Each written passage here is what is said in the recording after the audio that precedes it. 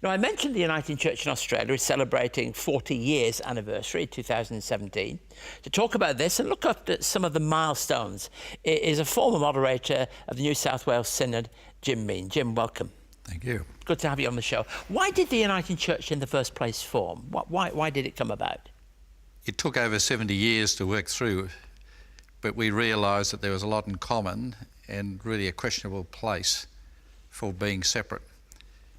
I think the sad part is the Presbyterian Church still has some continuity, as does the Congregational Union, but it's been the best thing from my point of view. And it came about over a long period of time, and then at the end there was a lot of hard work probably went into that, wasn't there, to make it come about? Definitely. Yeah. Now you've had many roles in the Uniting Church. You're currently involved in a presbytery, leading a presbytery. I know that you're involved in frontier services. What is it that's unique about the Uniting Church? I think first of all, it's the first national church created in Australia. It's a church that stands up for the gospel. It stands up for social justice, which has been both a strength and a weakness, because you attract the criticism. It's also been very strong in working in a covenanting relationship with the First Nation people, and very openly about that.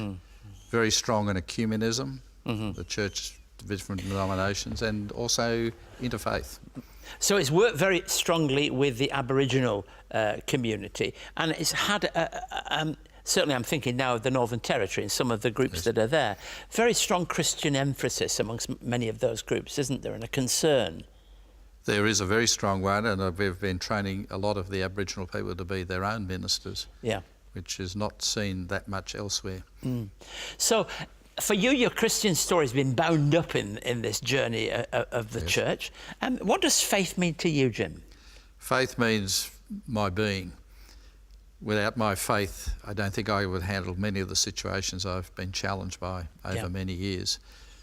My faith also is deeply embedded in history, because the first James Mean came to European Australia, started the Presbyterian Church in 1802. Yes, you weren't around then, Jim, but you... No, I'm the fifth version. But you're afterwards. Happy to trace that. Have they all been Jims? Yes. Oh, isn't that so? Isn't that something else?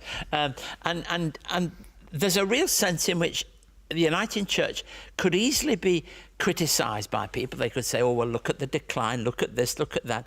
But there's still some very significant work in difficult places. I know one of the things when you were moderator that you were involved in was drought situations, wasn't it? Definitely. And tell us a bit about that.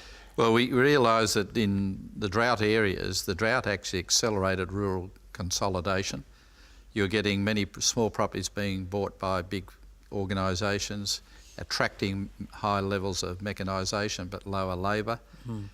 Seeing the demise of towns that were under 5,000 population because there wasn't the employment, all that sort of thing. And the church realised that it had to support these people who for so many years have been the support to the cities. And they were struggling too with the development of more city-centric government policies, which left them out on the cold. And the Uniting Church was often in some of these small communities, wasn't it? A small presence that maybe even some of the other churches were not there. We were there, weren't we? And that's important, really. And I know that's one of the passions that's led you to be committed to Frontier Services and the work that they do. Tell us a bit about that, because it's an important part of our work, isn't it? Frontier Services was started as the Australian Inland Mission by John Flynn, so it's 104 years old.